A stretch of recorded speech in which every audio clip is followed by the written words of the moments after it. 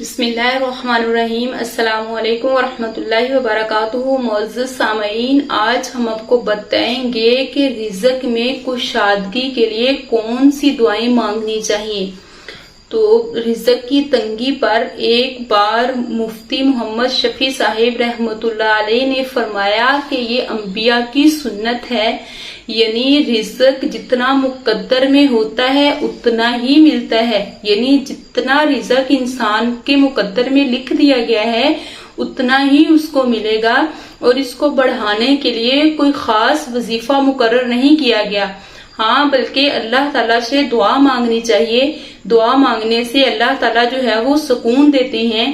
جب بندہ اللہ تعالیٰ سے دعا مانگتا ہے تو اس کا اللہ تعالیٰ کے ساتھ تعلق بڑھ جاتا ہے، یعنی ایک جوڑ پیدا ہو جاتا ہے۔ جب اس کا اللہ کے ساتھ تعلق بڑھ جاتا ہے تو پھر اس کو کوئی پریشانی لاحق نہیں ہوتی، خواہ اس کا رزق کم بھی ہو تو اللہ تعالیٰ اس کے رزق میں اتنی برکت ڈال دیتے ہیں کہ وہ رزق جو ہے، یعنی اس کی روزی جو ہے وہ اس کے لیے جو ہے وہ مطلب اس کے وسائل کے لیے جو ہے وہ پوری ہو جاتی ہے۔ تو دیکھیں کہ اللہ سے مانگنے کی، یعنی اللہ کے ساتھ تعلق جوڑنے کی ایک ترکیب یہ ہے کہ ہم اللہ تعالیٰ سے خوب دعا مانگیں۔ حضرت عائشہ صدیقہ رضی اللہ تعالی عنہا اپنے رزق میں کشادگی کے لیے اللہ تعالیٰ سے یہ دعا مانگا کرتی تھی کہ اے اللہ، میرے رزق میں کشادگی عطا فرما میرے بڑھاپے اور میری عمر کے ختم ہونے تک۔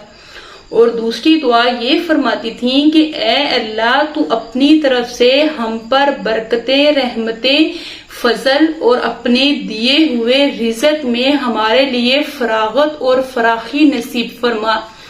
اور تیسری دعا وہ یہ فرماتی تھیں کہ اے اللہ، تو اپنی طرف سے ہمیں رزق عطا فرما، اور جو رزق تو نے ہمیں دے دیا ہے وہ ہم سے مت چھین، اور جو رزق تو نے ہمیں دیا ہے اس پر ہمیں شکر کرنے کی توفیق نصیب فرما، اور ہمارے رزق میں اور ہمارے مال میں جو ہے وہ برکت عطا فرما۔ وما علینا الا البلاغ المبین۔